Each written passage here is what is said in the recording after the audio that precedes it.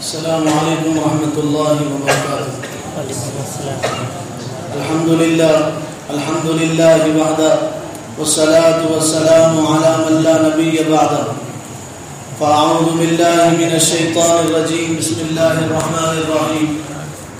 یا ایھا الذین آمنوا اتقوا اللہ حق تقاته ولا تموتن الا وانتم مسلمون۔ وقال تعالی یا ایھا الذین آمنوا اتقوا اللہ وکونوا مع الصادقین۔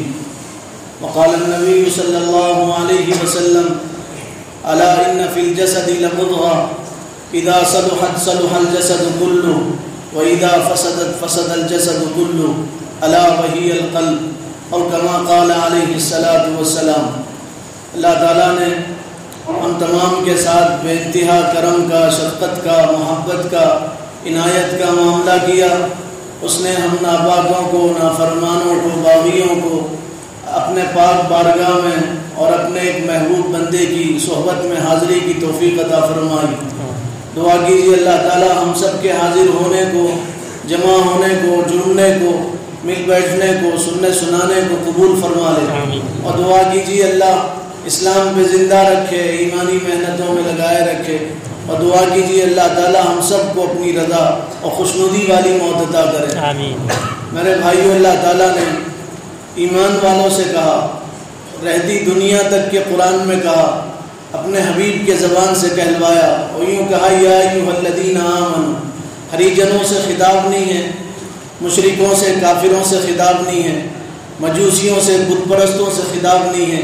اللہ تعالیٰ ایمان والوں سے خطاب فرما رہا ہے، کلمہ پڑھنے والوں سے، اللہ کے ایک ہونے کا اقرار کرنے والوں سے، رسول اللہ صلی اللہ علیہ وسلم کو آخری رسول تسلیم کرنے والوں سے اللہ تعالیٰ کا خطاب ہے۔ اللہ فرما رہے ہیں دیکھو اللہ سے ڈرو اور نیک لوگوں کی صحبت میں رہو۔ صحبت آدمی کو اچھا بناتی ہے اور صحبت آدمی کو برا بناتی ہے، صحبت آدمی کو بد بناتی ہے اور صحبت آدمی کو نیک بناتی ہے۔ علماء نے لکھا صحبت سے یا تو آدمی شقی ہوتا ہے یا تو آدمی سعید ہوتا ہے۔ صحبت اچھی ہوگی آدمی فرشتوں سے افضل بنے گا، اور اگر صحبت بری ہوگی تو آدمی خنزیر سے بھی بدتر بن جائے گا۔ قرآن میں اللہ تعالیٰ نے فرمایا اولئک کالانعام بل ھم اضل، جن کو صحبت اچھی نہیں ملتی، جو اللہ رسول کو نہیں پہچانتے اور اللہ رسول کو نہیں جانتے، وہ تو جانوروں سے بدتر ہے۔ علماء نے لکھا وہ جانور جو پورا کا پورا نجیس العین ہے، جس کا کھر ناپاک ہے، جس کا بال ناپاک ہے، جس کے دانت ناپاک ہے، جس کا لعاب ناپاک ہے، جو سر تاپا ناپاک ہے، خنزیر جانور۔ آدمی جب اللہ رسول کو نہیں پہچانتا تو وہ خنزیر سے بھی بدتر بن جاتا ہے۔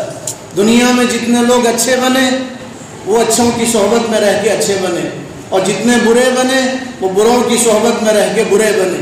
صحابہ بنے، رسول اللہ کی صحبت میں رہ کے صحابہ بنے۔ اگر صحابہ حضور کی صحبت نہ ملتی تو صحابی کا شرف ان کو نہیں ملتا تھا، رضی اللہ عنہم ورضوا عنہ کا پروانہ ان کو حاصل نہیں ہوتا تھا۔ وہ اللہ سے راضی، اللہ ان سے راضی۔ صحبت سے، نیک صحبت سے آدمی کی زندگی میں تقویٰ آتا ہے، پرہیزگاری آتی۔ حضرت تھانوی رحمۃ اللہ علیہ نے لکھا ہے نیک لوگوں کی صحبت میں رہنے سے آدمی گناہ پہ باقی نہیں رہتا۔ نیک لوگوں کی صحبت میں رہنے سے آدمی گناہ پہ باقی نہیں رہتا۔ اس کو احساس ہو جاتا ہے میں اللہ کی نافرمانی کر رہا ہوں، اس کو احساس ہوتا ہے میرا اللہ مجھ سے ناراض ہے، اس کو احساس ہوتا ہے مجھے مرنا ہے، اللہ کے پاس پہنچنا ہے، اس کو احساس ہوتا ہے میں اللہ کے پاس حساب دینا پڑے گا، اس کو احساس ہوتا ہے اگر میں ایسی زندگی گزاروں گا تو حضور کے ہاتھوں مجھے جامع کوثر نہیں ملے گا۔ جو آدمی اس کو صحبت اچھی ملتی ہے تو وہ گناہ پہ باقی نہیں رہتا، گناہ پہ مداومت نہیں ہوتی، اور وہ آدمی پھر توبہ کر لیتا ہے۔ صحبت سے آدمی بنتا ہے۔ ایک آدمی بازار گیا اور 2 اینٹ خرید کے لایا۔ کتنی اینٹ؟ ایک آدمی بازار گیا 2 اینٹ خرید کے لایا۔ ایک اینٹ 2 اینٹ خرید کے لایا، دونوں بھی اینٹ سائز میں برابر۔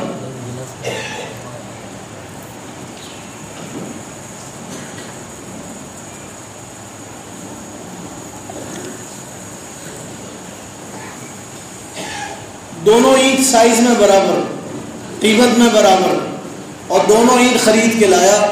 اور کام کرنے والے سے کہا یہ اینٹ لگاؤ۔ ایک اینٹ بیت الخلاء میں لگائی گئی اور ایک اینٹ مسجد میں لگائی گئی، قیمت دونوں کی ایک ہی ہے، لگانے والا دونوں کا ایک ہے، سائز دونوں کا ایک ہے۔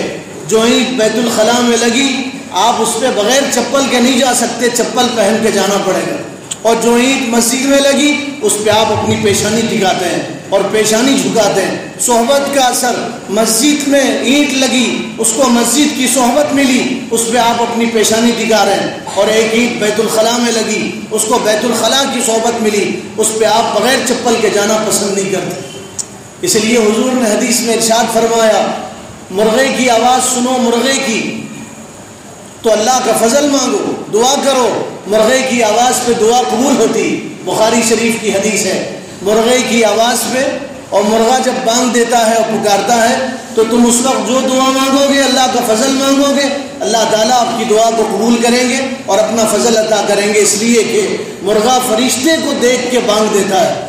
اور فرمایا گدھا جب پکارے گدھا تو اس وقت تم پناہ مانگو، شیطان مردود کی اللہ سے پناہ مانگو، اللہ کی پناہ مانگو شیطان مردود سے، اس لیے کہ گدھا شیطان کو دیکھ کے چلاتا ہے اور چیختا ہے، گدھا شیطان کو دیکھ کے چلاتا ہے اور چیختا ہے۔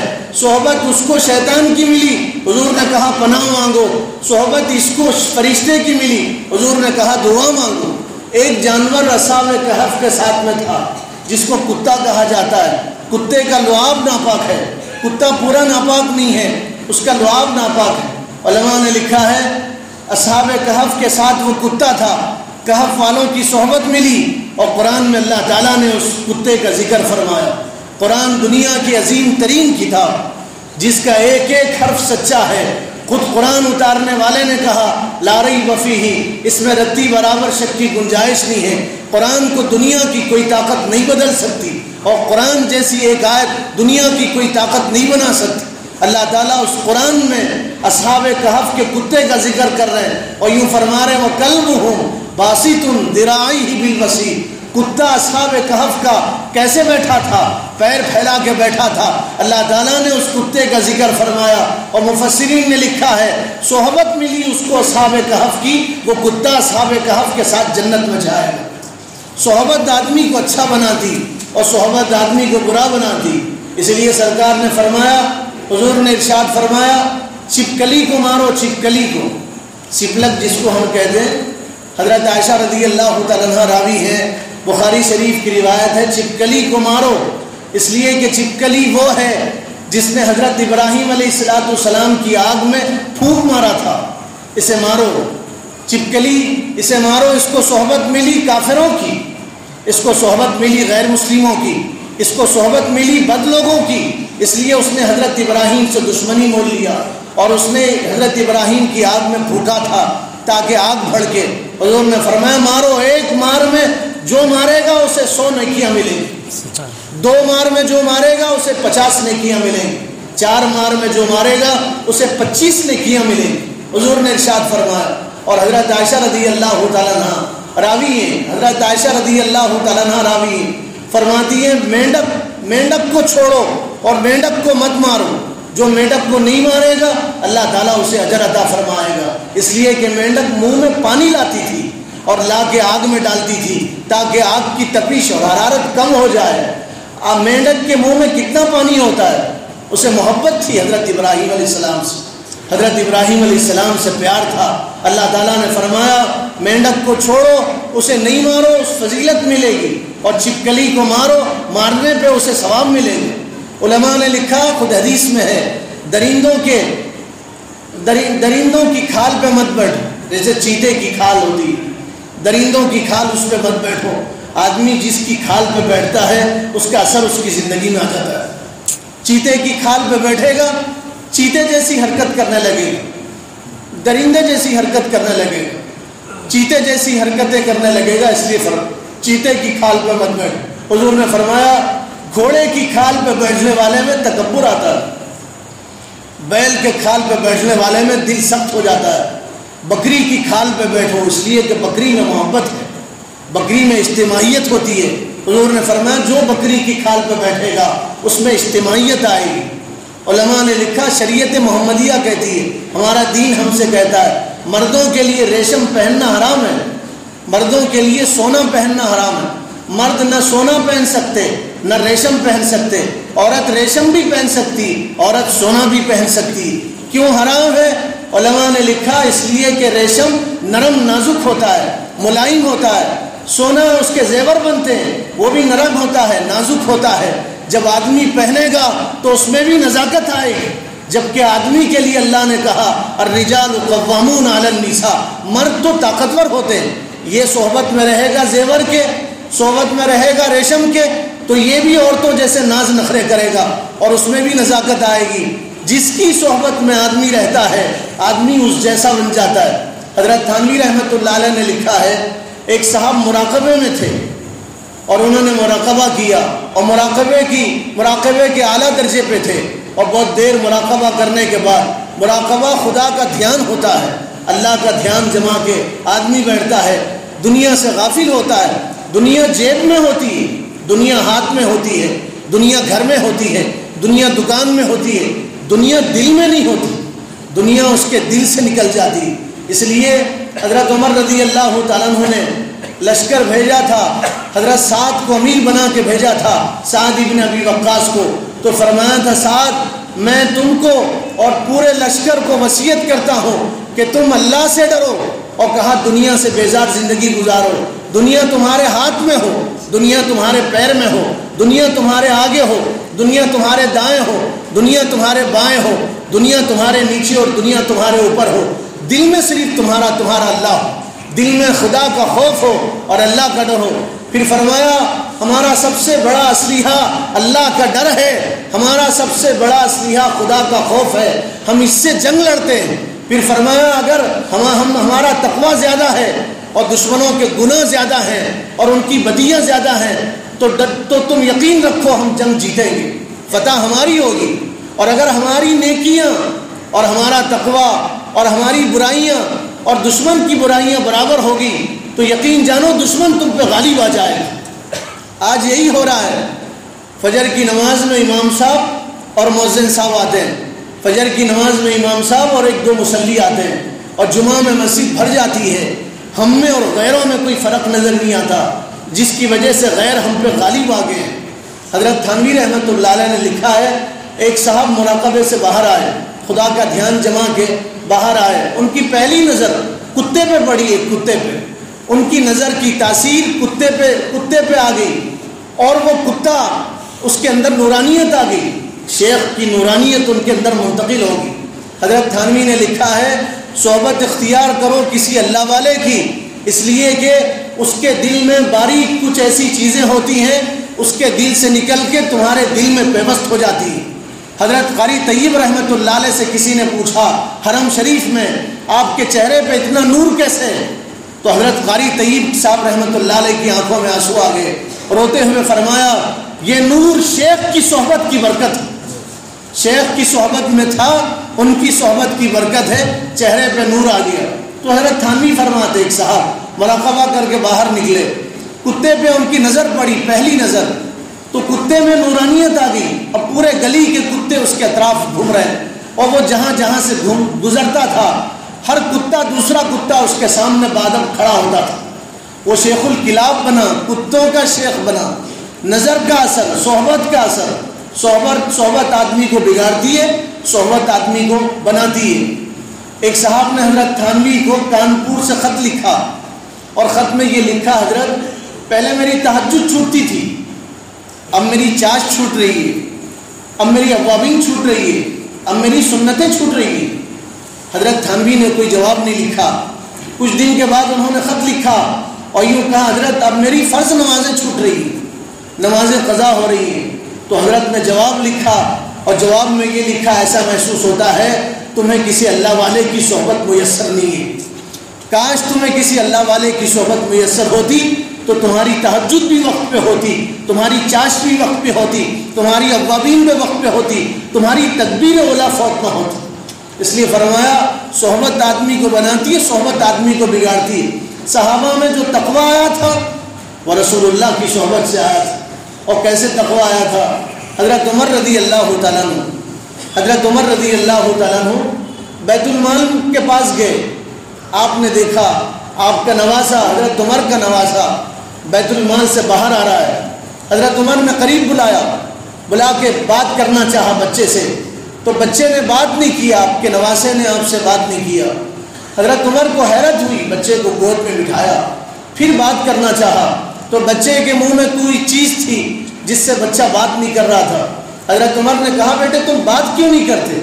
تو اس بچے نے اپنے منہ سے پیسہ نکالا، چمنی نکالی، اس وقت کا پیسہ درہم نکالا اور نکال کے بتایا، کہا یہ پیسہ میرے منہ میں تھا، اس وجہ سے میں آپ سے بات نہیں کر سک رہا تھا. حضرت عمر نے کہا یہ پیسہ تمہیں کس نے دیا؟ تو کہا ابو موسیٰ اشعری نے دیا. حضرت ابو موسیٰ اشعری بیت المال کے نگران تھے اور بیت المال کے محافظ تھے اور بیت المال میں رہتے تھے. حضرت عمر آپے سے باہر ہوئے، غصہ ہوئے، کوڑا نکالا، حضرت ابو موسیٰ اشعری کے پاس گئے اور ابو موسیٰ اشعری سے پوچھا ابو موسیٰ تم نے میرے نواسے کو پیسہ دیا، بیت المال کا پیسہ دیا؟ تو انہوں نے کہا ہاں میں نے بیت المال صاف کیا اور بیت المال کو جھاڑ رہا تھا تو بیت المال کی صفائی میں ایک چھوٹا سا پیسہ ملا، کھوٹا پیسہ تھا، درہم ملا، تو پھینکنے کے بجائے آپ کا نواسا نظر آیا، میں نے اسے دیا. حضرت عمر رضی اللہ تعالیٰ عنہ نے گریبان پکڑا حضرت ابو موسیٰ اشعری کا اور فرمایا اگر تم صحابی نہ ہوتے تو میرا کوڑا ہوتا، تمہاری پیٹھ ہوتی، اور اتنا مارتا تمہاری پیٹھ سے خون نکلتا. فرمایا حرام کھلانے کے لیے تمہیں میری اولاد ملی تھی، دوسرا کوئی نہیں ملا. بیت المال کا مال کیا عمر کا ہے؟ بیت المال کا مال کیا تمہارا ہے؟ اور بیت المال کا مال کیا کسی ایک انسان کا ہے؟ فرمایا نہیں، جب تک پورے مسلمانوں سے اجازت نہیں لیتے وہ درہم میرے نواسے کو نہیں دیتے تھے. فرمایا اگر وہ میرا نواسا کھا لیتا تو کل عمر قیامت میں حشر کے میدان میں حضور سے آنکھیں نہیں ملا سکتا. یہ ڈر آیا رسول اللہ کی صحبت سے. صحبت آدمی کو بناتی ہے اور صحبت آدمی کو بگاڑتی ہے. حضرت عمر رضی اللہ تعالیٰ عنہ نے اپنے دور خلافت میں ایک لشکر روانہ کیا، آذربائیجان روانہ کیا. لشکر کے امیر تھے حضرت عتبہ بن فرقد رضی اللہ تعالیٰ عنہ. لشکر کے امیر تھے عتبہ بن فرقد. لشکر روانہ ہوا، آذربائیجان فتح ہوا. حضرت عتبہ ابن فرقد نے ایک میٹھا تیار کیا جو کھجور سے بنایا جاتا تھا، ستو سے بنایا جاتا تھا، اور میٹھا تیار کیا اور یہ سوچا یہ خاص میٹھا ہے اور یہاں کے علاقے میں پایا جاتا ہے، میں امیر المومنین کی خدمت میں پیش کروں گا تو امیر المومنین خوش ہو جائیں گے. انہوں نے وہ میٹھا تیار کیا، چمڑے کے دسترخوان میں لپیٹا، پھر اس پہ کپڑا رکھا، پھر ایک چھین میں ڈال کے اسے روانہ کیا مدینہ منورہ. ایک صاحب لے گئے مدینہ منورہ میں حضرت عمر کے پاس. حضرت عمر نے کہا کیا لائے ہو؟ آذربائیجان سے سونا لائے ہو، چاندی لائے ہو، درہم و دینار لائے ہو؟ تو آنے والے خادم نے کہا نہیں امیر المومنین، یہ آپ کے لیے میٹھا ہے، آذربائیجان کا میٹھا ہے، آپ کے لیے بنایا گیا ہے، عتبہ ابن فرقد نے آپ کے لیے تیار کیا، نہایت قیمتی میٹھا ہے، آپ اسے نوش فرمائیے. حضرت عمر نے اس چین میں سے نکالا اور پھر چمڑے کا دسترخوان نکالا اور کپڑا ہٹایا تو میٹھا تھا، اسے اپنے منہ میں رکھا اور کھایا تھوڑا سا، اور کھانے کے بعد فرمایا ان ھذا لطیب النثر، ارے یہ تو بہت قیمتی میٹھا ہے اور بہت مزیدار ہے اور لذیذ ہے، کھانا چاہتے تھے. آپ نے اپنا ہاتھ رکوایا اور اس کے بعد فرمایا بتاؤ کیا آذربائیجان کے تمام مسلمانوں نے اس میٹھے کو کھایا ہے، پیٹ بھر کے کھایا ہے؟ تو لوگوں نے کہا نہیں، یہ صرف آپ کے لیے بنایا گیا اور آپ کے لیے تیار کیا گیا ہے. حضرت عمر رضی اللہ تعالیٰ عنہ غصہ ہوئے، فرمایا خط لاؤ. کاغذ لایا گیا، قلم منگایا گیا. حضرت عمر نے غصے میں خط لکھا اور خط کے الفاظ تھے ان ھذا لیس من کدک ولا من کد ابیک ولا من کد امک. سنو یہ جو میٹھا ہے نہ تیرے باپ کے مال کا ہے، نہ تیرے مال کا ہے، نہ تیری ماں کے مال کا ہے. یہ میٹھا تو بیت المال کا ہے، مسلمانوں کے مال کا ہے. صرف عمر کھائے گا تو اللہ کو کیا جواب دے گا؟ اللہ کے پاس پیشی ہوگی تو اللہ کو عمر کیا جواب دے گا؟ تقویٰ زندگیوں میں آیا. جس کی سیرت پڑھو، آپ اس کی ہسٹری پڑھو، اس کی تاریخ پڑھو تو آپ کو پتہ چلے گا وہ کسی کی صحبت میں رہے پھر ان کی زندگی میں انقلاب آیا، پھر وہ تقوی کے اعلیٰ معیار پہ پہنچے، پھر ان کی زندگی محتاط گزری. جو جس کی زندگی آپ پڑھو. امام ابو حنیفہ رحمۃ اللہ علیہ وقت نہیں ہے ورنہ میں آپ کو تفصیل سے بتاتا. حضرت سیدنا امام ابو حنیفہ رحمۃ اللہ علیہ حضرت امام جعفر صادق کی صحبت میں رہے. امام جعفر صادق کی صحبت میں رہے. کون امام جعفر صادق؟ امام جعفر صادق وہ جنہوں نے اپنے گھر کے 72 لوگوں کو کٹتے ہوئے دیکھا تھا. امام حسین کو دیکھا تھا جن کا دھڑ کہیں اور تھا، سر کہیں اور تھا. کربلا میں تڑپتی ہوئی لاشوں کو آپ نے دیکھا تھا، تڑپتے ہوئے بدن کو دیکھا تھا، خون میں تڑپتی ہوئی لاشوں کو دیکھا تھا. امام جعفر صادق کی صحبت ملی امام ابو حنیفہ رحمۃ اللہ علیہ کو. کسی نے حضرت امام ابو حنیفہ سے پوچھا آپ کی عمر کتنی ہے؟ تو امام ابو حنیفہ نے کہا 2 سال میری عمر ہے. تو لوگوں نے کہا آپ اتنے بوڑھے ہو گئے ہیں اور 2 سال آپ کی عمر کیسے ہو سکتی ہے؟ کہا لولا السنتان لہلک النعمان. وہ 2 سال جو امام جعفر صادق کی صحبت میں گزرے ہیں، اگر وہ 2 سال نہ ہوتے تو امام ابو حنیفہ ہلاک ہو جاتا تھا. 2 سال صحبت میں گزرے، امام جعفر صادق کی صحبت میں گزرے. امام جعفر صادق نے پوری زندگی ٹھنڈا پانی نہیں پیا اور کہا میں کیسے پی سکتا ہوں؟ پانی میرے منہ کے پاس آتا ہے مجھے لاشیں یاد آتی ہیں، خاندان کی سر یاد آتے ہیں، میرے آنکھوں کے سامنے وہ منظر گھوم جاتا ہے. پوری زندگی آپ نے ٹھنڈا پانی نہیں پیا، پوری زندگی روتے رہے. کسی نے پوچھا آپ کیوں روتے ہیں؟ تو کہا کسی کے گھر میں ایک آدمی مرتا ہے تو وہ کئی دن روتا ہے. میں نے اپنے گھر کے 72 لوگوں کو کٹتے ہوئے دیکھا ہے. بتاؤ میں کیسے ہنس سکتا ہوں اور بتاؤ مجھے کیسے سکون مل سکتا ہے؟ پوری زندگی روتے رہے. امام ابو حنیفہ رحمۃ اللہ علیہ کو صحبت ملی تھی امام جعفر صادق کی. انقلاب کیسے آیا میرے بھائیوں؟ امام ابو حنیفہ رحمۃ اللہ علیہ کے بہت سارے حاسد پیدا ہوئے تھے. حسد یہ پہلا گناہ، زمین آسمان کا پہلا گناہ. حاسد جہنم کی آگ میں جلے گا. حاسد پیدا ہوئے تھے امام ابو حنیفہ رحمۃ اللہ علیہ کو. شہرت سے حسد کرتے تھے، مقبولیت سے حسد کرتے تھے اور یہ کہتے تھے ان کو اتنی مقبولیت کیسے ملی؟ دولت بھی ہے ان کے پاس میں، رتبہ بھی ہے، مقام بھی ہے، عظمت بھی ہے لوگوں کے دلوں میں. امام ابو حنیفہ کے حاسد پیدا ہوئے. امام صاحب سے انہوں نے حسد کیا اور ایک عورت کو تیار کیا اور نہایت خوبصورت حسین عورت کو، اور اس سے کہا رات میں جب امام صاحب مسجد جاتے ہیں تو تم رات میں امام ابو حنیفہ رحمۃ اللہ علیہ کو اپنے گھر بلاؤ اور بلا کے امام ابو حنیفہ رحمۃ اللہ علیہ کو اپنے گھر میں بلاؤ اور بلا کے امام صاحب رحمۃ اللہ علیہ پہ الزام لگاؤ اور تہمت لگاؤ. امام ابو حنیفہ رحمۃ اللہ علیہ پہ تہمت لگاؤ امام صاحب پہ. امام صاحب رات میں جامع مسجد جاتے تھے، جا رہے تھے، اس عورت نے بلایا اور کہا میرا بچہ بیمار ہے آپ میرے گھر آئیے. امام صاحب گھر آئے، اس نے دروازہ بند کیا اور چیخنے لگی اور پہلے سے لوگ تیار تھے اور لوگ آئے اور لوگوں نے دروازہ کھولا تو اس عورت نے کہا دیکھو یہ امام صاحب ہیں، تم ان کو امام صاحب کہتے ہو، ابو حنیفہ کہتے ہو، یہ نعمان ہیں اور دیکھو انہوں نے کیسا گناہ کیا ہے اور میرے گھر آئے اور زبردستی مجھ سے کرنا چاہتے تھے. اور یہ اس عورت نے الزام لگایا. امام صاحب نے کہا دیکھو اس عورت نے مجھے بلایا، میں جانا نہیں چاہتا تھا. لوگوں نے کچھ نہیں سنا، امام صاحب کو پکڑا، گرفتار کیا، قاضی کے پاس لے گئے، اس عورت کو بھی لے گئے. قاضی کے سامنے وہ عورت رونے لگی اور کہنے لگی امام صاحب نے میرے ساتھ برا ارادہ کیا ہے. قاضی نے کہا صبح تمہارا فیصلہ ہوگا، تم بڑے نیک بنتے ہو، پارسا بنتے ہو، لوگوں میں تم مسائل بتاتے ہو، فقیہ ہو، تم لوگوں کو مسائل سمجھاتے ہو اور رات کے اندھیرے میں یہ کام کرتے ہو. حضرت امام صاحب کو، اس عورت کو جیل میں بند کر دیا. امام صاحب مسجد میں عبادت کرتے تھے، موقع ملا جیل میں عبادت کرنے لگے، نماز کی نیت باندھ کے کھڑے ہو گئے. ان کا نرالا انداز تھا عبادت کرنے، قیام میں روتے، رکوع میں روتے، سجدے میں روتے. ادھر امام صاحب روتے، ادھر وہ بدکار عورت رونے لگی. اور امام صاحب نے جب سلام پھیرا تو وہ آ کے کہنے لگی میں شرمندہ ہوں، میں لالچ میں آ گئی تھی، لوگوں نے پیسہ دیا تھا، آج میں نے آپ کی عظمت کو جانا، عبادت کو سمجھا، میں آج آپ کے ہاتھ پہ توبہ کرتی ہوں اور بیعت کرتی ہوں اور میں نے غلط الزام لگایا تھا. امام صاحب نے کہا جا میں نے تجھے معاف کر دیا. پھر امام صاحب نے اس سے کہا داروغہ سے کہو، جیل کے داروغہ سے، رات کے اندھیرے میں تمہیں کچھ کام مل گیا، کام پڑ گیا، اور اس سے کام کہہ کے تم اپنے گھر چلی جاؤ اور میری اہلیہ کو جیل میں بھیج دو، باقی میں سنبھال لوں گا. وہ عورت بہانہ کر کے چلی گئی. امام صاحب کی اہلیہ رات کے اندھیرے میں جیل میں آئی، صبح مقدمہ داخل کیا گیا اور دائر کیا گیا اور قاضی کی عدالت میں پیش کیا گیا۔ امام صاحب سے کہا گیا رات کی تنہائیوں میں آپ دوسروں کے گھروں میں گھستے ہیں۔ امام صاحب نے کہا کس کے گھر میں گھسا؟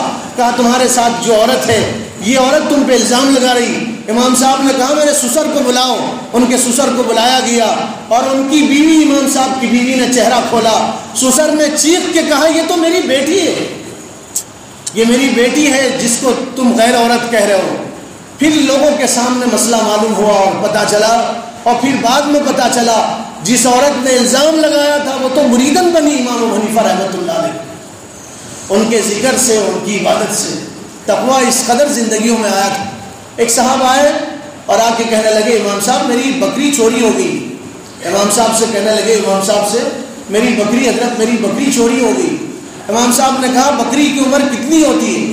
تو انہوں نے کہا، کسی نے کہا بکری کی زیادہ سے زیادہ عمر 7 سال ہوتی ہے، 7 سال سے زیادہ بکری نہیں جی سکتی اور زندگی نہیں گزار سکتی۔ امام ابو حنیفہ رحمۃ اللہ علیہ نے فرمایا اب میں 7 سال تک بکری کا گوشت نہیں کھا سکتا۔ ہو سکتا ہے وہ بکری کہیں کٹ گئی ہوگی، اس کا گوشت بازار میں آیا ہوگا اور کسی نے بازار میں فروخت کر دیا ہوگا اور وہ گوشت میرے گھر میں آیا اور پک گیا ہو گیا اور میں کھاؤں گا تو میں قیامت کے دن اللہ کو کیا جواب دوں گا؟ 7 سال تک آپ نے بکری کا گوشت نہیں کھایا، خود لے کے کھانا ہے، پیسے دے کے کھانا ہے، مگر تقوی کا معیار دیکھیے۔ 7 سال تک امام صاحب نے بکری کا گوشت نہیں کھایا۔ ایک مرتبہ آپ ایک جنازے میں گئے، قبرستان گئے، لوگوں نے کہا یہاں دیوار کا سایہ ہے آپ کھڑے رہیے، اور لوگ دیوار کے سائے میں بیٹھ گئے۔ امام صاحب سے کہا آپ بھی آئیے، دھوپ نکلی ہے اور سخت دھوپ ہے اور ڈائریکٹ دھوپ آپ پہ پڑ رہی ہے، آپ دیوار کے سائے میں آئیے۔ امام صاحب نے کہا نہیں میں یہیں کھڑے رہوں گا۔ بہت دیر کے بعد لوگوں نے کہا امام صاحب آپ پسینے میں شرابور ہو گئے، کپڑے آپ کے پسینے میں تر ہو گئے، آپ دیوار کے سائے میں کیوں نہیں آتے؟ تو امام صاحب نے کہا نہیں مجھے یہیں رہنے دو۔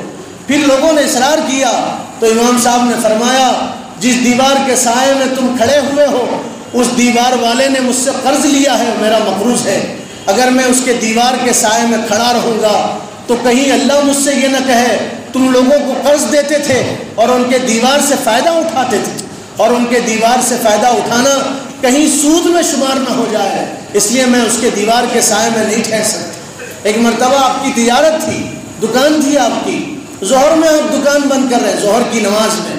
لوگوں نے کہا امام صاحب آپ ظہر میں دکان بند کر رہے ہیں، آپ ہمیشہ مغرب میں بند کرتے تھے۔ تو امام صاحب نے فرمایا آج بادل نکلے ہیں، اندھیرا اندھیرا ہے، ہو سکتا ہے کوئی گاہک آئے، کسٹمر آئے اور کم قیمت کا سامان زیادہ قیمت میں خریدے اور نقصان ہو جائے اسے، اور کل حشر کے میدان میں اگر وہ مجھ سے پوچھے تم نے کم قیمت کا کپڑا زیادہ قیمت میں کیوں بیچا تھا، تو میں وہاں حشر کے میدان میں حساب نہیں دے سکتا، اس لیے اندھیرا ہو رہا ہے، اب میں کپڑا اجالے میں بیچوں گا، سورج نکلنے کے بعد بیچوں گا، اندھیرے میں نہیں بیچ سکتا۔ ظہر میں آپ دکان بند کر کے جا رہے ہیں، اس ڈر سے بند کر کے جا رہے ہیں کہ اگر کوئی کپڑا سستا مہنگے میں خریدے گا تو حشر کے میدان میں اس کو کیا جواب دوں گا، اور حشر کے میدان میں اللہ کے سامنے کیا وہ بتاؤں گا۔ صحبت آدمی میں انقلاب برپا کرتی، زندگیوں میں تبدیلی لاتی ہے صحبت آدمی۔ حضرت مبارک رحمۃ اللہ علیہ، بہت بڑے بزرگ گزرے، مبارک فقیہ بھی گزرے، حضرت مبارک رحمۃ اللہ علیہ ایک باغ میں کام کرتے تھے۔ حضرت مبارک ایک باغ میں کام کرتے تھے، نوکر تھے، باغ میں کام کرتے تھے، انار کا باغ تھا، انار کے باغ میں کام کرتے تھے حضرت مبارک۔ ایک مرتبہ باغ کا مالک آیا اور آ کے کہنے لگا مبارک انار توڑ کے لاؤ۔ گئے، جا کے انار توڑ کے لائے اور لا کے اس کو نچوڑا، تھوڑا سا رس نکلا۔ باغ کے مالک نے کہا کتنے سال سے نوکری کر رہے ہو، جاؤ جا کے دوسرا انار توڑ کے لاؤ، گرمی کا زمانہ ہے، پیاس لگی ہے، حلق خشک ہو گیا ہے، حلق تر کرنا چاہتا ہوں، جاؤ جا کے دوسرا انار توڑ کے لاؤ۔ وہ گئے اور دوسرا انار توڑ کے لائے، اس کو نچوڑا تو بھی کم رس نکلا۔ پھر وہ غصہ ہوا باغ کا مالک اور کہنے لگا تم تو باغ کے نوکر ہو، سینچائی کا کام کرتے ہو، رکھوالی کرتے ہو، جاؤ جا کے تیسرا انار توڑ کے لاؤ۔ گئے، تیسرا انار توڑ کے لائے، اس کو نچوڑا تو اس میں رس کم نکلا۔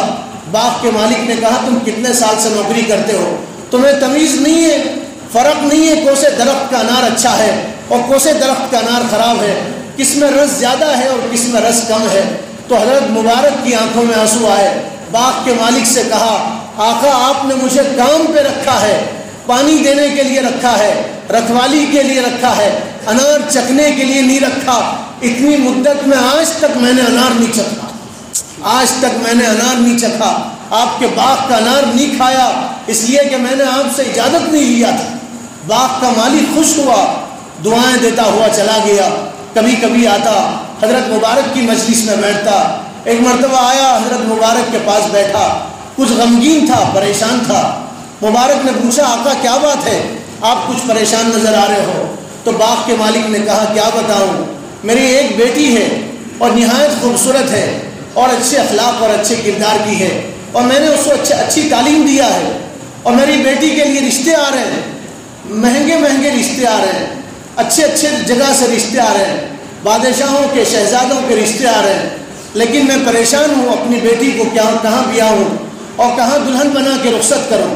تو حضرت مبارک نے فرمایا آقا آپ اتنا کیوں پریشان ہوتے ہیں.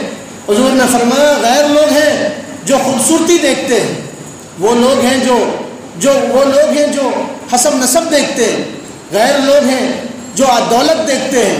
اسلامی تعلیم یہ ہے تم کردار دیکھو, کیریکٹر دیکھو, اخلاق دیکھو. حسن صورت چند روز حسن سیرت مستقیم, حسن صورت چند روز حسن سیرت مستقیم. اس سے خوش ہوتی ہیں آنکھیں, اس سے خوش ہوتا ہے دل.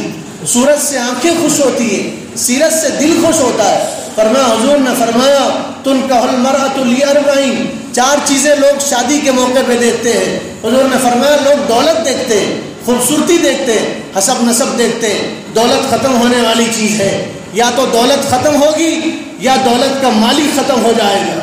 جس کے پاس دولت ہے وہ ختم ہو جائے گا, 2 گز کپڑوں میں قبر کے حوالے کر دیا جائے گا اور ساری دولت اس کی قبر کے اوپر رہ جائے گی. یا تو دولت ختم ہوگی. حضور نے فرمایا دولت تو ڈھلتا سایہ ہے, ظل زائل, ڈھلتا سایہ ہے دولت. اور خوبصورتی ختم ہو جائے گی, ساتھ رہنے والی نہیں ہے. عمر کے ڈھلتے ڈھلتے خوبصورتی ڈھل جائے گی. پہلے چیچک کے داغ نکلتے تھے, اگر کسی کے چہرے پہ چیچک کے داغ نکل گئے اس کی خوبصورتی خراب ہوگی, ایکسیڈنٹ ہو گیا اس کی خوبصورتی خراب ہوگی. ابھی دوسرے لاک ڈاؤن میں پیپر میں ایک تصویر چھپی تھی, امریکہ کی ماڈل کی تصویر چھپی تھی. امریکہ کی ماڈل جس کو دیکھنے کے لیے ڈالر دینا پڑتا تھا, دیکھنے کے لیے ایک زمانہ وہ تھا, اسے دیکھنے کے لیے لوگ پیسے خرچ کرتے تھے اور اسے دیکھتے تھے. ابھی لاک ڈاؤن میں نالی میں گر کے مری, ہڈیوں کا ڈھانچہ, اس کے جنازے کو کوئی اٹھانے والا نہیں تھا, بلدیہ کے حوالے کر دیا گیا اور بلدیہ والے روڈ پہ اس کی لاش گھسیٹ رہے تھے. اخبار میں اس کی تصویر آئی تھی, روڈ پہ اس کی لاش گھسیٹ رہے تھے. جب تک اس کی خوبصورتی تھی لوگ دولت دیکھ کے اسے دیکھتے تھے. خوبصورتی ختم ہوگی, کوئی تھوکنے والا نہیں, اس کی لاش کو کوئی کندھا دینے والا نہیں, کوئی اٹھانے والا نہیں. خوبصورتی تو ختم ہو جائے گی. حسب نسب حشر کے میدان میں حسب نسب کام نہیں آئے گا, حشر کے میدان میں اعمال کام آئیں گے. فرمایا تم تو دینداری دیکھ کے شادی کرو, اچھے اخلاق دیکھ کے شادی کرو, کردار دیکھ کے شادی کرو. میں حضرت کے ہوتے ہوئے گستاخی کر رہا ہوں, میں کہتا ہوں آپ خوبصورتی دیکھ کے شادی کرو گے, جیتے جی آپ کو دنیا جہنم بنے گی. آپ دولت دیکھ کے شادی کرو گے, دنیا میں آپ کو جہنم کا عذاب ملے گا. اور اگر آپ اخلاق دیکھ کے شادی کرو گے, کردار دیکھ کے شادی کرو گے, دینداری دیکھ کے شادی کرو گے, جنت مرنے کے بعد ملے گی. دنیا میں آپ کو جنت کے مزے ملیں گے انشاءاللہ. دینداری دیکھ کے شادی کرو. حضرت مبارک نے کہا دینداری دیکھ کے شادی کرو. حضور نے طریقہ بتایا.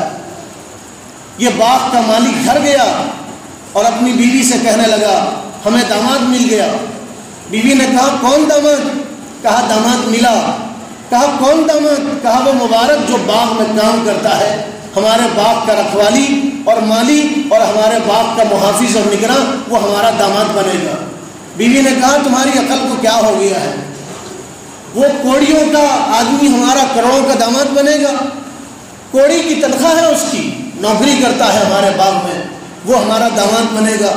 کہا ہاں میں نے طے کیا وہی ہمارا داماد بنے گا. بیوی نے کہا ایک بار پھر سوچ لو, وہ نوکر ہمارا خادم ہے, کام کرنے والا ہے, معمولی تنخواہ پہ ہم نے اس کو رکھا ہے, وہ ہمارا داماد بنے گا. تو کیا جواب دیا مبارک کے سسر نے, باغ کے مالک نے؟ فرمایا تم نے اس کے جسم کو دیکھا, کپڑوں کو دیکھا، تم نے اس کی تنخواہ کو دیکھا، میں آج اس کا دل دیکھ کے آیا ہوں، میں اس کا تقویٰ دیکھ کے آیا ہوں، اس کی پرہیزگاری دیکھ کے آیا ہوں، اس کی دینداری دیکھ کے آیا ہوں، جو ہمارے باغ میں برسوں سے کام کر رہا ہے اور باغ کا پھل نہیں چکھا، وہی داماد ہمارا بنے گا اور وہی ہمارے بچی کی اچھی طرح حفاظت کر سکے گا۔ اس لیے اپنے بچیوں کو دو، دینداروں کو، دیندار داماد تلاش کرو، دیندار بہو تلاش کرو۔ گھر میں دیواریں نہیں اٹھیں گی، دلوں میں دراڑیں نہیں پیدا ہوں گی، دل آپس میں ملیں گے، محبتیں پیدا ہوں گی۔ لوگ دولت دیکھتے، جمعگی پوری نہیں ہوتی، طلاق تک نوبت پہنچتی۔ ابھی پچھلے ہفتے سے اس ہفتے تک ہمارے سامنے 5 ایسے فیصلے آئے، یا تو خلا پہ آ کے روکے یا طلاق پہ آ کے روکے۔ ایک ہفتے میں 5 جگہ جانا پڑ رہا ہے، پنچ بٹھانا پڑ رہا ہے، لوگوں کو جمع کرنا پڑ رہا ہے، جمعگیاں پوری نہیں ہو رہی، دلہن کے ہاتھوں کی مہندی نہیں جا رہی، ابھی دلہا صحیح سے دلہن کو دیکھ نہیں پا رہا، زندگی کی صحیح سے شروعات نہیں ہو رہی اور طلاق تک نوبت پہنچ رہی۔ اس کی وجہ یہ ہے، ہم دین کو نہیں دیکھ رہے، دنیا کو دیکھ رہے، دولت کو دیکھ رہے ہیں، بڑے گھر کو دیکھ رہے ہیں۔ اس لیے فرمایا دینداری کو دیکھو۔ تو باغ کے مالک نے کہا ہمیں داماد مل گیا ہے۔ عورت نے کہا دیکھو پھر سے فیصلہ کرو۔ کہا میں نے فیصلہ کیا، علماء نے لکھا ہے جس گھر کا فیصل مرد ہوتا ہے اس گھر میں برکتیں آتی ہیں، اور جس گھر کی فیصل عورت ہوتی ہے پھر وہ گھر برباد ہو جاتا ہے۔ عورت کو فیصل نہیں بنانا، فیصل آپ بنو، الرجال قوامون علی النساء، فیصلہ آپ کرو۔ لوگ کہتے ہیں کیا کریں، عورتیں نہیں مانتی۔ آپ عورت ہو، وہ عورتیں ہیں، آپ فیصلہ لو۔ باغ کے مالک نے فیصلہ لیا اور پھر مبارک کو اپنا داماد بنایا۔ کیا قسمت مبارک! علماء نے لکھا تقویٰ اختیار کرو گے، تقویٰ قرآن میں ہے، ایسی جگہ سے اللہ روزی دیں گے جہاں سے گمان نہیں، جہاں تک آپ کا گمان نہیں پہنچ سکتا۔ اللہ فرما رہا ہے قرآن میں تقویٰ اختیار کرو، اللہ روزی دیں گے۔ تقویٰ اختیار کرو، آسمان سے بارش ہوگی، 5 نقد انعامات ملیں گے، تقویٰ اختیار کرو۔ آپ علماء سے پوچھو، قرآن میں ہے 5 انعام ملیں گے تقویٰ اختیار کرنے والا۔ تقویٰ اختیار کرنے والا پریشان نہیں ہوتا۔ لاک ڈاؤن میں میل چلانے والے پریشان رہے، فیکٹری چلانے والے پریشان رہے، لاک ڈاؤن میں بڑے بڑے دولت مند پریشان رہے، لاک ڈاؤن میں ہمارے ہندوستان کے سر فہرست کے مالدار پریشان رہے، مگر وہ جو مدرسوں میں پڑھانے والے، وہ جو مسجد میں امامت کرنے والے، ان کا وہی انداز، روز اس طریقے کے کپڑے پہن کے نکلتے، لاک ڈاؤن میں بھی اس طریقے کے کپڑے پہن کے نکلتے تھے۔ پھر اللہ تعالیٰ نے ان کے ہاتھوں سے اناج تقسیم کروایا، سب پریشان رہے، متقی لوگ لاک ڈاؤن میں پریشان نہیں رہے۔ تقویٰ اختیار کرو گے اللہ روزی دیں گے۔ حضرت مبارک رحمۃ اللہ علیہ کو اللہ تعالیٰ نے وہ دیا جس کا وہ گمان نہیں کر سکتے۔ جس باغ کے مالک تھے پھر اس باغ کے مالک بنے۔ باغ کے مالک کی بیٹی سے شادی ہوئی، باغ کے مالک بنے، سسر کا انتقال ہوا، ساس کا انتقال ہوا، پوری دولت بیٹی کے حصے میں آئی، بیٹی نے پوری دولت، بیوی نے پوری دولت شوہر کو ہبہ دیا، ہدیہ دیا اور شوہر کے حوالے کیا، اور مبارک رحمۃ اللہ علیہ مالدار بنے۔ اللہ تعالیٰ نے آپ کو ایک بیٹا دیا، انہوں نے اپنے بیٹے کا نام عبداللہ رکھا، عبداللہ ابن مبارک رحمۃ اللہ علیہ، محدثین کے امام بنے عبداللہ ابن مبارک۔ پہلے صحبت غلط ملی تھی، شباب کے شوقین بن گئے تھے۔ مبارک جیسے نیک کے بیٹے، متقی کے بیٹے، غلط لوگوں کی صحبت میں رہنے سے شباب کے شوقین ہو گئے۔ شوہر نبی ہے اور بیوی کو غلط صحبت ملی، حضرت لوط علیہ السلام کی بیوی غلط صحبت ملی، اور بیوی کو غلط صحبت ملی، اور ان کی بیوی غلط لوگوں کے ساتھ میں رہی۔ بیوی بدکار نہیں ہوئی ان کی، کسی نبی کی بیوی کو اللہ تعالیٰ نے بدکار نہیں بنایا، ہر نبی کی بیوی پاکیزہ ہوئی، لیکن ان کی بیوی کافرہ ہوئی، گنہگار ہوئی، برے لوگوں کے ساتھ میں رہی۔ نبی ہے، شوہر نبی ہے، اور بیوی کو دوسروں کی صحبت ملی، غیر لوگوں کی صحبت میں جا کے بیٹھتی تھی ان کی بیوی، اور پھر گنہگار ہوئی، آسمان سے پتھر کی بارش ہوئی اور ان کی بیوی کو اللہ تعالیٰ نے ہلاک کر دی۔ حضرت ابراہیم علیہ السلام نبی، وقت کے نبی اور باپ کافر، حضرت ابراہیم علیہ السلام صحبت غلط ملی۔ نوح علیہ السلام بیٹے کو صحبت غلط ملی اور ان کا بیٹا کافروں میں سے ہوا۔ حضرت نوح علیہ السلام نے کہا تھا بیٹا کشتی میں آ جا، اللہ کی رحمت سے تو بچ جائے گا، کشتی میں آ جا، اللہ تجھے بچا لیں گے۔ تو تو بیٹے نے کہا نہیں میں کشتی میں نہیں آ سکتا، سآوی الی جبل یعصمنی من الماء، میں تو پہاڑ پہ چڑھوں گا، پہاڑ مجھے پانی سے بچائے گا۔ باپ کہہ رہا تھا بیٹے آ جا کشتی میں آ جا، آج اللہ کے عذاب سے کوئی نہیں بچا سکتا، اور بیٹا کہہ رہا تھا نہیں میں کشتی میں پہاڑ پہ چلے جاؤں گا اور پہاڑ مجھے اللہ کے عذاب سے بچائے گا۔ دونوں کی بات ہو رہی تھی، قرآن نے وہ منظر بیان کیا، دونوں کی بات ہو رہی تھی۔ فحال بینہما الموج، اتنے میں ایک موج آئی، فکان من المغرقین، ان کا بیٹا غرق ہوا۔ حضرت نوح علیہ السلام بیٹے کے لیے دعا کرنا چاہتے تھے، استغفار کرنا چاہتے تھے، اللہ نے منع کیا، کہا نوح تم تو نبی ہو، تمہارا بیٹا جہنمی، تم اس کے لیے استغفار نہیں کر سکتے، توبہ نہیں کر سکتے، دعا نہیں کر سکتے۔ نبی کا بیٹا، صحبت غلط ملی۔ حضرت مبارک ان کے بیٹے، مبارک متقی ان کے بیٹے عبداللہ، پہلے صحبت غلط ملی، نوجوانوں کی صحبت میں رہتے تھے، شراب شباب کے شوقین ہو گئے تھے، رات بھر ناچ گانا چلتا تھا۔ ایک مرتبہ اپنے معشوقہ کے انتظار میں تھے، وہ آئے گی اس کا انتظار کر رہے تھے باغ میں، اور ان کی معشوقہ نہیں آئی۔ اذان کی آواز کان میں پڑی، اور جیسے ہی اذان کی آواز کان میں پڑی تو دل کانپ گیا، اور اندر سے آواز آئی الم یعنی للذین آمنوا ان تخشع قلوبہم لذکر اللہ، ایمان والوں کے لیے وہ وقت نہیں آیا کہ ان کے دل اللہ کے ذکر سے کانپ جائیں۔ ڈر گئے، وضو کیا، نماز پڑھا، توبہ کیا، اور پھر ان کی زندگی بدلی۔ حضرت عبداللہ ابن مبارک کی زندگی بدلی۔ 40 ہزار لوگ ان کے سبق میں بیٹھتے تھے، 40 ہزار لوگ ان کے سبق میں بیٹھتے تھے، 1100 لوگ ان کی آواز دوسروں تک پہنچاتے تھے۔ حضرت عبداللہ ابن مبارک ایک مرتبہ سبق پڑھا رہے ہیں، آسمان پہ بادل آئے، آپ رونے لگے، سبق ختم ہوا، شاگردوں نے کہا حضرت کیا بات ہے آپ رو رہے تھے؟ کہا آسمان پہ بادل آیا تھا، مجھے ڈر ہو رہا تھا کہیں ان بادل میں سے پانی کے بجائے آگ اللہ برسا کے عبداللہ کو ہلاک نہ کر دے، میرے گناہوں کی نحوست کی وجہ سے کہیں اللہ بادلوں میں سے پانی برسانے کے بجائے آگ برسا کے عبداللہ کو ہلاک نہ کر دے، اس لیے مجھے رونا آیا۔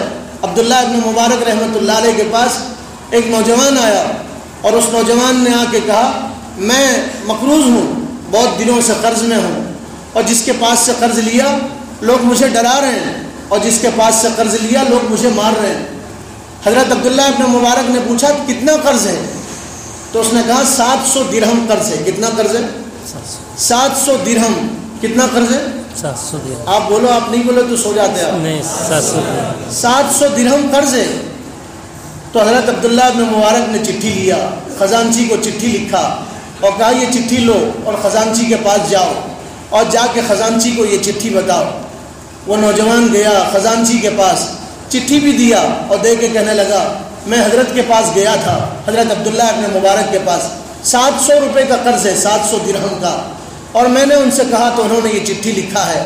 تو خزانچی کبھی چٹھی کو دیکھتا، پھر پوچھتا کتنا قرض ہے، تو وہ نوجوان کہتا 700 درہم قرض ہے۔ خزانچی کہتا 700 درہم ہے یا 7000 درہم ہے؟ تو کہا نہیں 700 درہم قرض ہے۔ تو خزانچی نے کہا اس میں تو حضرت عبداللہ ابن مبارک نے 7000 درہم قرض لکھا ہے اور دینے کو کہا ہے، اور 7000 درہم ادا کرنے کو کہا ہے۔ پھر اس کے بعد خزانچی نے کہا میں جا کے حضرت سے پوچھ کے آتا ہوں، اور گیا حضرت کے پاس، گیا عبداللہ ابن مبارک کے پاس، اور جا کے کہنے لگا حضرت آپ نے 700 درہم لکھا تھا 7000 درہم لکھا تھا؟ تو کہا میں نے 7000 درہم لکھا تھا۔ تو خزانچی نے کہا حضرت آپ نے غلط سنا تھا، اس نے 700 درہم کہا، 700 درہم۔ میں نے اس سے بار بار پوچھا، اس کو صرف 700 درہم کا قرض ہے۔ حضرت عبداللہ ابن مبارک نے کہا چٹھی لاؤ۔ چٹھی لیا، پھاڑ دیا، دوسری چٹھی لکھا اور کہا یہ 14000 درہم اس نوجوان کو دے دینا، 14000 درہم اس نوجوان کو دے دینا۔ خزانچی نے کہا عبداللہ ابن مبارک سے اس کو تو 700 درہم کا قرض تھا، آپ 7000 دے رہے تھے، میں منع کرنا آیا تھا، آپ نے 14000 درہم لکھ دیے، آپ کا خزانہ تو خالی ہو جائے گا۔ تو خزانچی سے کہا دنیا کا خزانہ خالی ہوگا، آخرت کا خزانہ بھر جائے گا، دنیا کا خزانہ خالی ہو جائے گا، آخرت کا خزانہ خالی بھر جائے گا۔ دنیا میں کچھ رہے نہ رہے، اللہ کے پاس رہے، یہ کافی ہے میرے لیے۔ اس کے بعد کہا سنو، حضور نے ارشاد فرمایا کوئی مسلمان کسی مسلمان کو اچانک خوش کر دیتا ہے، کوئی مسلمان کسی مسلمان کو اچانک خوش کر دیتا ہے، بدلے میں اللہ تعالیٰ خوش کرنے والے کے سارے گناہ معاف کر دیتے ہیں۔ اللہ تعالیٰ بدلے میں خوش کرنے والے کے سارے گناہ معاف کر دیتے ہیں۔ کہاں اس نے 700 کہا تھا، میں اچانک اس کو 7,000 درہم دینا چاہتا تھا، تیرا ناس ہو، تو نے راس فاش کر دیا، اب جا کے اس کو 14,000 درہم دے دے، اچانک اس کو خوش کر دے، اس کے بدلے اللہ میرے سارے گناہ معاف کر دے۔ بتائیے سستا سودا ہے یا مہنگا سودا ہے؟ کہا یہ تو نفع کا سودا ہے اور اچھا سودا ہے۔ یہ عبداللہ ابن مبارک رحمۃ اللہ علیہ مرو میں رہتے تھے، مرو میں زندگی گزارتے تھے، ملک شام گئے، ملک شام میں ایک تجارت کی غرض سے گئے تھے، کسی کے پاس سے پین لیا، قلم، آج کل تو پین مہنگا ملتا ہے، اس زمانے میں پین اور قلم سے سستا ملتا تھا، گھر گھر پین تیار ہوتا تھا، پین بنائے جاتے تھے لکڑی سے، پین بنائے جاتے تھے، درخت کی لکڑی سے پین بنائے جاتے تھے، تو پین سستے ملتے تھے۔ آپ نے پین کسی سے لیا، مستعار لیا، عاریتاً پین لیا اور لے کے اس پین سے کچھ لکھا اور پین دینا بھول گئے، اس آدمی کو پین دینا بھولے، قلم دینا بھول گئے تھے۔ وہ قلم لے کے مرو واپس آئے، ملک شام سے مرو واپس آئے، میلوں کا فاصلہ ہے، ملک شام سے مرو واپس آئے، قلم لے کے واپس آئے۔ آپ جب واپس آئے تو اپنا بیگ دیکھنے لگے تو اس میں دیکھا اس آدمی کا قلم تھا۔ حضرت عبداللہ ابن مبارک کی چیخ نکل گئی، کہنے لگے میں اس کا قلم دینا بھولا۔ لوگوں نے کہا سستا قلم ہے، مہنگا نہیں ہے، آپ بھول گئے تو کوئی بات نہیں ہے۔ فرمایا تمہارے لیے سستا ہے لیکن عبداللہ کے لیے مہنگا ہے۔ مرو سے سفر کیا، ملک شام گئے، اس آدمی کو تلاش کیا جس کے پاس سے قلم لیا تھا، پھر اس کو وہ قلم لوٹایا۔ اس نے کہا سستا پین تھا، لوٹانے کی ضرورت نہیں تھی، کہا میں نے تم سے مستعار لیا تھا، تم نے مجھے دیا نہیں تھا، ہدیہ نہیں تھا، میں نے مانگ کے لیا تھا اور میں بھول گیا۔ اگر کل حشر کے میدان میں تم مجھ سے اس پین کے بارے میں پوچھتے اور سوال کرتے تو بتاؤ میں اللہ کو کیا جواب دیتا تھا، اللہ کے پاس کیا جواب دیتا تھا؟ مجھے تو اپنی قبر یاد آ رہی، حشر کا میدان یاد آ رہا، میں اللہ کے پاس کیا جواب دیتا؟ اس لیے میں تمہارا پین تم کو واپس کرنے کے لیے آیا ہوں، تمہارا قلم تم کو واپس کرنے کے لیے آیا ہوں۔ ملک شام گئے، مرو سے صرف پین واپس کرنے کے لیے گئے تھے، اور ہمارا حال یہ ہے ہم سب کا مال کھا کے سمجھتے ہیں جنت نانی کا دیوان خانہ ہے، ہم جنت میں چلے جائیں گے، جنت کے ٹھیکیدار۔ لوگ جنت میں جانا تو آسان سمجھتے، اس سے زیادہ آج کل ایک حیضہ چلا، لوگ جنت کا ٹکٹ بانٹتے پھرتے اور یہ کہتے ہیں ہم تمہیں جنت میں داخل کرائیں گے۔ کیسے جنت میں داخل کریں گے؟ حقوق اللہ تو اللہ معاف کریں گے، حقوق العباد تو اللہ معاف نہیں کریں گے۔ بندوں کا حق جو کھایا، مار کے کھایا، دبا کے کھایا، اللہ تعالیٰ اس کو معاف نہیں کریں گے۔ اس لیے میرے بھائیوں، عبداللہ ابن مبارک کو صحبت ملی، زندگیاں بدلی، صحبت سے آدمی کی زندگی بدلتی ہے۔ اس لیے آپ نیت کرو انشاءاللہ ہم اللہ کے اس ولی کی صحبت میں رہیں گے انشاءاللہ، اپنا ہاتھ کسی کے ہاتھ میں دیں گے انشاءاللہ۔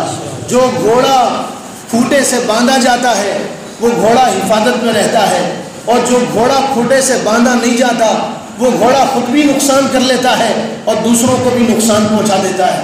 جو آدمی کسی کے ہاتھ میں ہاتھ دے دیتا ہے وہ بھی عافیت میں ہوتا ہے، اس کے ذریعے سے لوگوں کو بھی عافیت ملتی، اور جو کسی کے ہاتھ میں ہاتھ نہیں دیتا تو وہ بے لگام ہو جاتا ہے۔ ہاتھ میں ہاتھ دو، صحبت اختیار کرو، نمازوں میں مزہ آئے گا، اللہ سے دل لگے گا، آدمی کو اللہ سے تعلق قائم ہوگا۔ ہاتھ میں ہاتھ دے کے تو دیکھو آپ، حضرت ابراہیم ابن ادھم بادشاہ تھے، شباب کی زندگی گزرتی تھی ابراہیم ابن ادھم کی، اور جیسے بادشاہوں کی عیش کی زندگی گزرتی ایسی زندگی گزرتی تھی۔ ایک مرتبہ حضرت ابراہیم ابن ادھم گھر آئے تو دیکھا، کمرے میں آئے، تھکے ہوئے تھے، سونا چاہتے تھے، دیکھا ایک باندی صفائی کرتے کرتے ابراہیم ابن ادھم بادشاہ کے بستر پہ سو گئی۔ غصہ آیا، میرے بستر پہ معمولی باندی سو گئی ہے، کوڑا نکالا، اس کے پیٹھ پہ کوڑے برسانے لگے، کچھ دیر کے بعد وہ رونے لگی، رو کے پھر ہنسنے لگی۔ حضرت ابراہیم ابن ادھم نے کہا کیوں ہنس رہی ہے؟ رونا تو صحیح تھا، کوڑے پڑ رہے تھے، رونا آنا تھا، لیکن ہنسی کیوں آ رہی ہے؟ تو اس باندی نے کہا میں ہنس اس لیے رہی ہوں، کچھ دیر کے لیے میں آپ کے بستر پہ سو گئی تھی تو سزا میں آپ کے کوڑے مل رہے ہیں، آپ تو کتنے برسوں سے اس بستر پہ سو رہے ہیں، آپ کو کتنا عذاب ہوگا، یہ سوچ کے مجھے ہنسی آ رہی ہے۔ حضرت ابراہیم ابن ادھم پھر زندگی میں انقلاب آیا، پھر بادشاہت کو چھوڑا، پھر ابراہیم ابن ادھم بنے، آج مسجد کے ممبر پہ بیٹھ کے ان کا نام لیا جا رہا، اور رہتی دنیا تک ان کا نام زندہ رہے گا۔ اگر وہ بادشاہ ہوتے تو ان کا نام تاریخ سے ختم ہو جاتا۔ وہ بادشاہ دلوں کے بادشاہ بنے، قلوب کے بادشاہ بنے، اللہ کے ولی بنے ابراہیم ابن ادھم۔ آج بھی نام زندہ ہے، قیامت تک کے نام زندہ رہے گا حضرت ابراہیم ابن ادھم کا۔ مزہ ہو، نمازوں میں مزہ آئے، عبادت میں مزہ آئے، اس کے لیے میرے بھائیوں کسی کے ہاتھ میں ہاتھ دینا ضروری ہے، جوتیوں کو درست کرنا ضروری ہے۔ بغیر جوتیوں کو درست کیے ہوئے آپ اللہ کے ولی نہیں بنتے۔ حضرت مولانا روم نے فرمایا دیوانہ بننے کے لیے کسی دیوانے کی صحبت میں پہنچنا پڑتا ہے۔ جب تک دیوانے کی صحبت میں نہیں پہنچو گے دیوانے کا اثر نہیں ہوگا۔ اللہ کے دیوانے بننے کے لیے اللہ کے دیوانوں کی صحبت میں رہنا پڑتا ہے۔ کسی نے کہا جو عشق کی خاصیت وہی جو آگ کی خاصیت وہی عشق کی خاصیت، ایک سینہ و سینہ، ایک خانہ بخانہ، دل سے دل ملے، صحبت ملی آدمی کی، زندگی بدلے۔ حضرت حسن بصری رحمۃ اللہ علیہ حسن بصری بننے سے پہلے شراب شباب میں زندگی گزرتی تھی، غیر محرموں کے نظارے کرتے تھے، دیکھتے تھے۔ پھر زندگیوں میں انقلاب آیا۔ زندگی میں ایک واقعہ سنا کے بعد ختم کر دوں۔ حضرت حسن بصری رحمۃ اللہ علیہ فرماتے ہیں 4 واقعات زندگی میں، 4 واقعات ایسے ہیں جنہوں نے مجھے تعجب میں ڈالا، اور 4 واقعات مجھے مرتے دم تک یاد رہیں گے۔ کسی نے پوچھا وہ 4 واقعے کون سے جو آپ کو مرتے دم تک یاد رہیں گے؟ تو حضرت حسن بصری نے فرمایا میں ایک مرتبہ گلی سے جا رہا تھا، رات کا وقت تھا، اندھیرا تھا، ایک نوجوان کے ہاتھ میں چراغ تھا، چراغ روشن تھا، جا رہا تھا نوجوان، میں بھی اس کے پیچھے گیا اور میں نے اس سے پوچھا اس چراغ میں روشنی کہاں سے آئی؟ تو اس نوجوان نے روشنی کو بجھایا، چراغ پہ پھونک مارا اور چراغ بجھ گیا، اور ہنستے ہوئے کہا جہاں سے آئی تھی وہیں چلے گی، روشنی جہاں سے آئی تھی وہیں روشنی واپس چلے گی۔ حضرت حسن بصری فرماتے ہیں یہ بات مجھے آج تک یاد ہے، میں موت تک نہیں بھولوں گا، یہ میرے زندگی کے عجوبوں میں سے، عجیب واقعات میں سے، میں اس کو نہیں بھول سکتا۔ پھر فرمانے لگے میں راستے سے گزر رہا تھا، بارش ہو رہی تھی، کیچڑ تھا راستے میں اور لوگ پھسل رہے تھے، ایک 11-12 سال کی بچی میرے سامنے سے گزری، تو میں نے اس سے کہا بیٹے پیر جما کے رکھو، کہیں تم پھسل نہ جاؤ اور لغزش نہ ہو تمہارے پیروں میں، اس لیے دھیرے دھیرے چلو۔ تو اس 12 سال کی بچی نے مجھے گھور کے دیکھا اور دیکھ کے فرمایا حسن بصری میں پھسلوں گی تو میں پھسلوں گی، میں پھسلوں گی تو میری ذات پھسلے گی، تم پھسلو گے تو زمانہ پھسلے گا، تم پھسلو گے تو دنیا پھسلے گی، اس لیے تم قدم قدم کو جما جما کے رکھنا اور سنبھل کے چلنا۔ پھر فرمایا تیسرا واقعہ میری زندگی کا، ایک مخنث کے پاس سے گزرا، نہ مرد تھا نہ عورت تھا، اس کے پاس سے میں گزرا، تو میں اس کے پاس سے گزرا، میں نے اس کو پہچانا اور جانا اس کا راز فاش ہو گیا۔ تو اس نے مجھے گھور کے دیکھا اور دیکھ کے فرمایا حسن بصری میں تو اپنے آپ کو مردوں میں شمار کرتا ہوں اور لوگ بھی مجھے مرد سمجھتے ہیں، آج تم پہ میرا راز فاش ہو گیا، یاد رکھنا راز کسی کو مت بتانا، تم دنیا میں لوگوں کا راز فاش کرو گے تو حشر کے میدان میں اللہ تمہارا راز فاش کرے گا۔ تم لوگوں کے راز پہ پردہ ڈالو گے، دنیا میں پردہ ڈالو گے تو آخرت میں اللہ تمہارے رازوں پہ پردہ ڈالے گا۔ فرمایا اس کی بات بھی مجھے یاد رہے گی۔ اور چوتھی بات فرمایا ایک آدمی مسجد میں نماز پڑھ رہا تھا، میں بھی مسجد میں تھا، نماز پڑھ رہا تھا آدمی، اس کے سامنے سے ایک عورت گزری، چہرہ کھلا تھا اس عورت کا، سر کھلا تھا، کھلے سر کھلے چہرے کے ساتھ وہ عورت نمازی کے سامنے سے گزری، تو نمازی نے پکارا اور پکار کے کہا تمہیں شرم نہیں آتی؟ دکھتا نہیں میں نماز پڑھ رہا ہوں اور اللہ کے بارگاہ میں کھڑا ہوں اور تم کیسی عورت ہو نمازی کے سامنے سے گزر جاتی ہو؟ تو وہ عورت رک گئی اور رک کے کہنے لگی مجھے معاف کیجئے اور درگزر کر دیجئے، اصل میں میرے شوہر نے مجھے طلاق دیا ہے اور میں اپنے شوہر کی محبت میں بھاگ رہی تھی۔ پھر اس عورت نے کہا دیکھو میں نے تو اپنے شوہر سے محبت کیا اور میں شوہر کی محبت میں بھاگ رہی تھی اور مجھے یاد نہیں رہا کہ تم نماز پڑھ رہے ہو، خیال نہیں رہا اور میں تمہارے سامنے سے گزری اپنے شوہر کی محبت میں، اور تم تو اللہ کے بارگاہ میں کھڑے ہوئے تھے اور تم اللہ کی محبت میں گرفتار تھے، اور کیسی محبت اللہ سے، کھڑے نماز میں ہو اور مجھے دیکھ رہے ہو، یہ اللہ سے کیسی محبت ہے؟ پھر اس عورت نے کہا تمہاری نماز قبول نہیں ہوگی جب تک تم کسی اللہ والے کی صحبت میں نہیں رہو گی، نماز میں جان آئے گی اللہ والوں کی صحبت میں رہنے سے۔ صحبت اختیار کرو، عبادتوں میں مزہ آئے گا، آدمی نیکی پہ قائم ہوگا، پھر آدمی گناہ پہ قائم نہیں رہ سکے گا اور پھر توبہ پہ آئے گا۔ اس لیے میرے بھائیوں صحبت ضروری ہے، بغیر صحبت کے آدمی نیک نہیں بن سکتا۔ تاریخ پڑھو، قسم کھا کے یہ بات کہی جا سکتی ہے، جس کی بھی تاریخ اٹھا کے آپ پڑھو تو آپ کو پتہ چلے گا انہوں نے صحبت اختیار کی، اچھوں کی صحبت میں رہے، پھر انقلاب آیا زندگی میں، پھر متقی بنے۔ اس لیے آپ نیت کرو انشاءاللہ ہم اچھوں کی صحبت اختیار کریں گے۔ حضرت شیخ گنگوہی رحمۃ اللہ علیہ قطب الاقطاب تھے، ان کا ہم پلہ زمانے میں کوئی نہیں تھا، ان کا ہم پلہ زمانے میں پچھلی صدیوں میں ایسا فقیہ نہیں گزرا۔ حضرت شیخ الہند حضرت رشید احمد گنگوہی رحمۃ اللہ علیہ، ان کے بارے میں لکھا، کسی نے ان سے کہا حضرت آپ تو فقیہ ہیں اور آپ یہ حاجی امداد اللہ مہاجر مکی کے پاس کیوں جاتے ہیں؟ کون سا علم پڑھنے کے لیے جاتے ہیں؟ تو کہا بیٹے وہ علم جو کتابوں میں نہیں ہے وہ حاجی صاحب کے پاس ملتا ہے، ہم حاجی صاحب کے پاس علم پڑھنے نہیں جاتے، علم پہ عمل کرنے کے لیے جاتے ہیں، علم میں نورانیت لانے کے لیے جاتے ہیں، علم میں تقویت لانے کے لیے جاتے ہیں۔ گنگوہی رحمۃ اللہ علیہ کو صحبت کی ضرورت پڑی، حضرت گنگوہی کو۔ ہم اور آپ کس کھیت کی مولی ہے، ہم اور آپ کہاں کے ہیں میرے بھائیوں؟ اس لیے نیت کرو، یہ اجتماع کا مقصد یہی ہے، آج نیت کرو، آج ہم بیعت کریں گے انشاءاللہ، توبہ کریں گے انشاءاللہ، اور کسی کے ہاتھ میں ہاتھ دیں گے انشاءاللہ۔ اللہ تعالیٰ عمل کی توفیق عطا فرمائے۔ اور آپ دعا کیجیے، ابھی ہمارے حضرت جو یہاں بیٹھے ہیں یہ حضرت صحبت کی وجہ سے حضرت بچے، اگر حضرت قطب دکن کی صحبت نہ ملتی تو سیلو کا یہ اجتماع نہ ہوتا، حضرت نہ ہوتے، ہم نہ ہوتے۔ حضرت قطب دکن کی صحبت ملی، حضرت بنے۔ حضرت کا ایک زمانہ ہم دیکھیں، ہم چھوٹے تھے،